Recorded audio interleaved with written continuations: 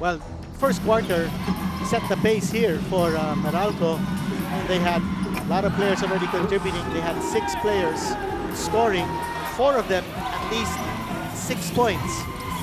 And ito nangyari in terms of assists, 8-0 kaagad ang lamang ng Meralco in terms of getting that ball moving, finding the open guy. Sa second quarter naman, patuloy ang ligaya for Meralco while si Acox badly struggling. He had 6 points in this period after scoring only 1 point in the first quarter. Look at this nice move from Basero Menes, stopping on a dime, spinning, and hitting that off the glass.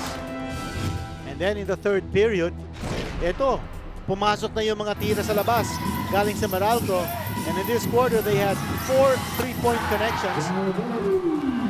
And it was one after the other. J.D. Dillinger had 2 of his, make that one, 2 of his 6 3-point connections in that period. And Ranil Ocampo contributing 1 3-pointer in that quarter. Naging 30 na ang kalamangan entering the fourth. Ranil continued to wax hot. So Ranil Ocampo had 7 points in the fourth quarter. At kagaya na sinabi niya kay Sel, Coach Norman Black wanted the mindset of starting strong. They did not want to have another poor start like in game number 1. That's our final score there.